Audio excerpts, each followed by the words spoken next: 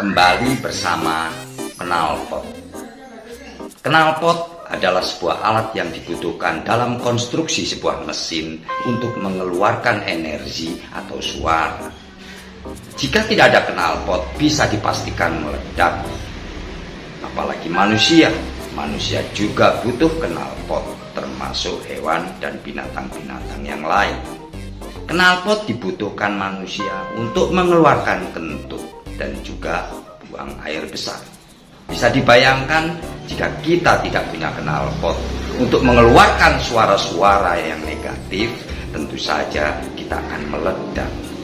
Suara itu akan berputar-putar di lambung. Bayangkan saja, biayanya katanya sampai 5 hingga 7 juta untuk bisa kentut. Saat ini yang perlu disuarakan melalui knalpot adalah isu tentang pencalonan Gibran sebagai cawapres. Awalnya dugaan masyarakat, hal itu diinisiasi oleh sekelompok elit politik dan tentu saja bapaknya. Tapi ternyata semakin kesini knalpot menyuarakan dengan lantang bahwa hal itu diinisiasi jauh sebelum pengumuman itu sendiri disuarakan. Ternyata Ibu Suri terlibat dalam hal ini. Ibu Suri dalam hal ini ia gelisah. Tentu saja ia sebagai penguasa domestik, tentu saja bagaimana keluarga ini bisa selamat sampai ke tujuan seperti yang diharapkan. Karena jika si bapak selesai masa jabatannya, tentu saja jika tidak melakukan sesuatu, ia akan kehilangan semuanya.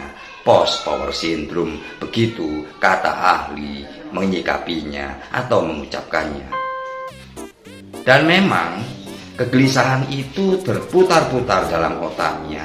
Akhirnya muncullah ide bagaimana untuk meneruskan terah keluarga ini.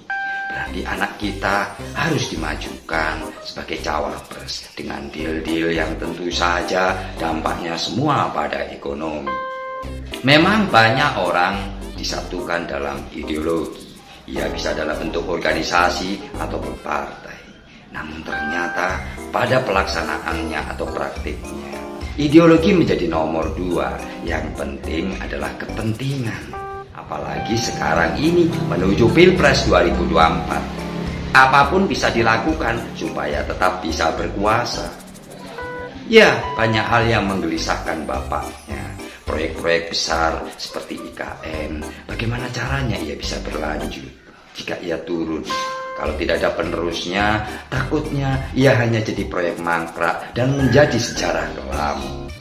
Karena memang sejarah yang menulis adalah yang menang. Makanya siapapun ingin menang, termasuk si bapak kepala keluarga ini. Maka akhirnya si Ibu Suri ini melakukan lobby-lobby politik. Dan akhirnya tercapailah kesepakatan yang sekarang bernama Prabowo Gibran. Mungkin kekecewaan itu dianggap alasan utama karena si bapak ini melihat masa depan politiknya. Pasca pemilu Februari tentu saja ia akan bersiap membungkus koper pakaian semuanya dari istana untuk segera lengser karena masa jabatannya sudah habis. Maka ia harus segera melakukan manuver politik yang cerdas. Meski kelihatan leso, harus meletik pikirannya. Maka dengan cepat, unek-unek suara yang ada di lambung yang sudah hampir 1 tahun itu mulai mengeluarkan suaranya dengan pelan. Anda bisa bayangkan jika kentut dikeluarkan dengan sekuat tenaga melalui knalpot, ia akan suaranya lantang. Namun hal ini harus dikeluarkan secara pelan-pelan karena politik kita adalah politik timur yang masih memiliki etika. Tapi ingat, ini bukan knalpot dari mesin motor, ini knalpot dari mesin yang bernama manusia yang mengeluarkan kentut. Lambat, pelan, namun pasti. Politik selalu memulai manuvernya dengan suara kentut yang tidak bersuara. pelan tapi pasti.